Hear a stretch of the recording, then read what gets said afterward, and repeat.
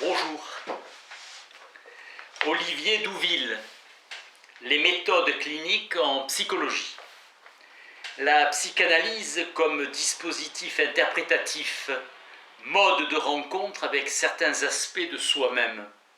Psychanalyse reconnue comme théorie par les psychologues cliniciens et non comme méthode. L'intervention clinique est un espace de parole, poids du social. La clinique considérée comme le domaine de l'examen d'un sujet.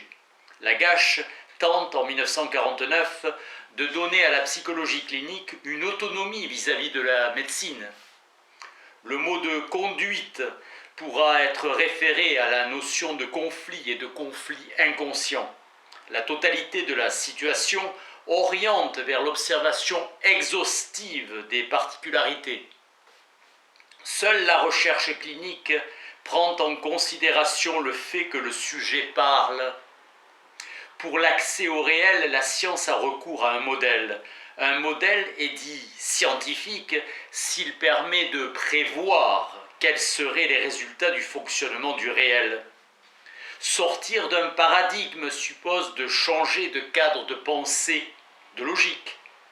La recherche clinique n'est pas centrée sur l'adaptation à la réalité ou sur la mise à l'épreuve de la réalité. La réalité, c'est le connu. Or, ce dont il s'agit de s'occuper, c'est précisément ce qui fait trou, objection au connu, le réel. La recherche clinique privilégie le singulier. Faire sa place au sujet oriente le chercheur. Le singulier est une catégorie qui s'oppose non pas au général, mais à l'universel. Le singulier s'énonce par exemple un homme et entretient avec l'universel l'homme, un rapport d'altérité. L'humanité, l'universel, n'est composée que d'êtres exceptionnels, le singulier. La recherche clinique s'intéresse à ce qui fait l'humanité de l'humain.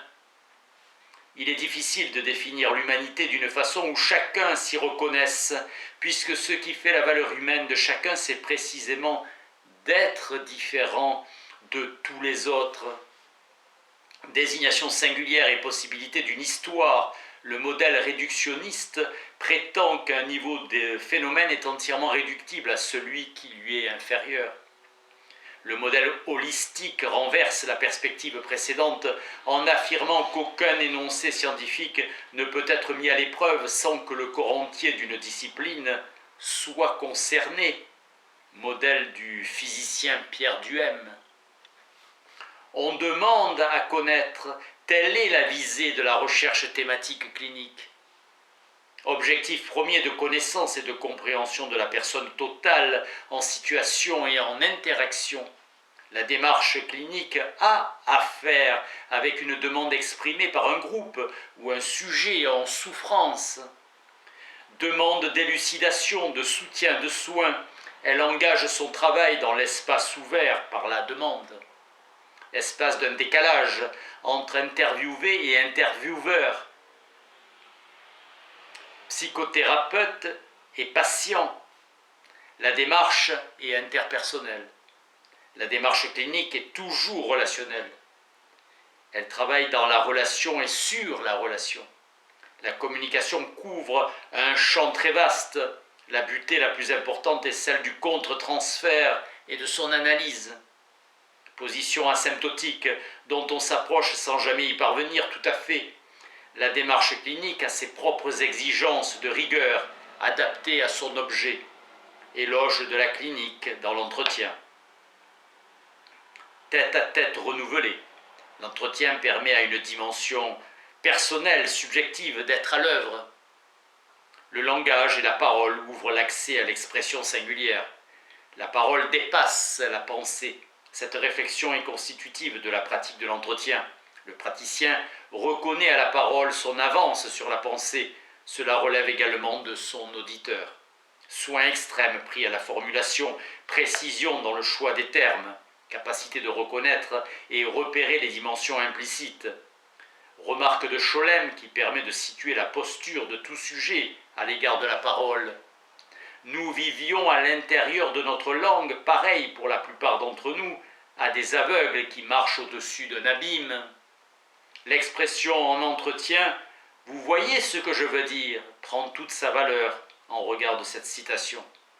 Le sujet s'interroge sur sa propre cécité en postulant bien prudemment la clairvoyance clinique du praticien.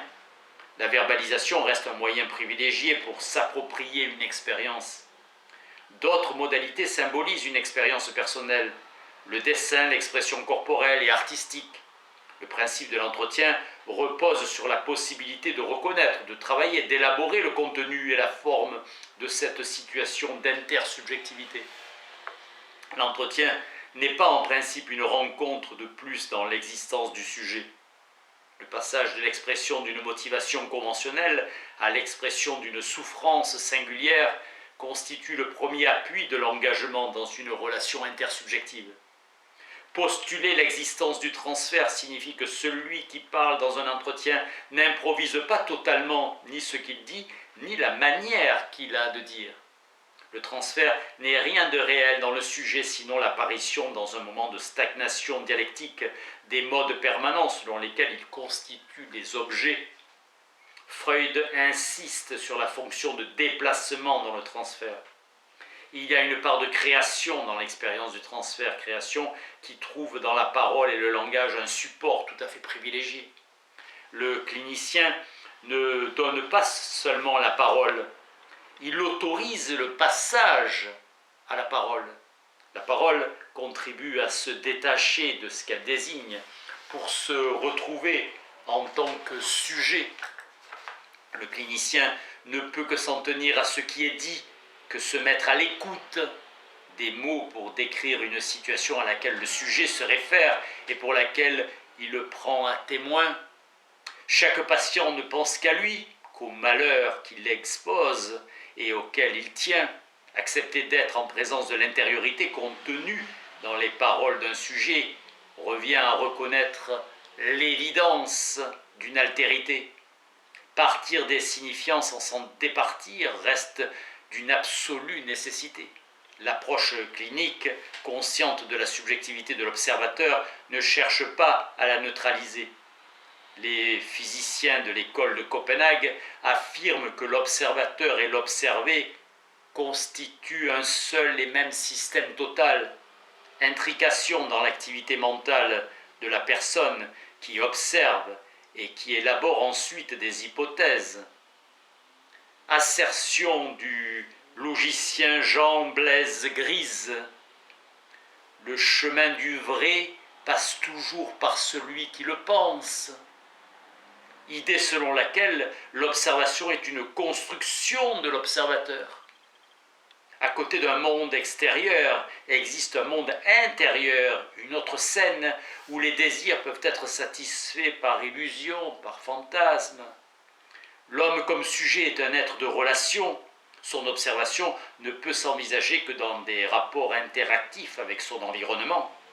Poussin affirme que notre connaissance de l'autre est moins dans ce que nous savons de lui que dans le peu que nous savons de nous-mêmes.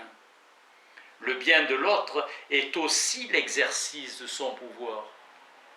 L'éthique met en jeu le sujet singulier dans un rapport à ce qui l'authentifie, c'est-à-dire son désir et sa vérité de sujet soumis à l'inconscient. Merci.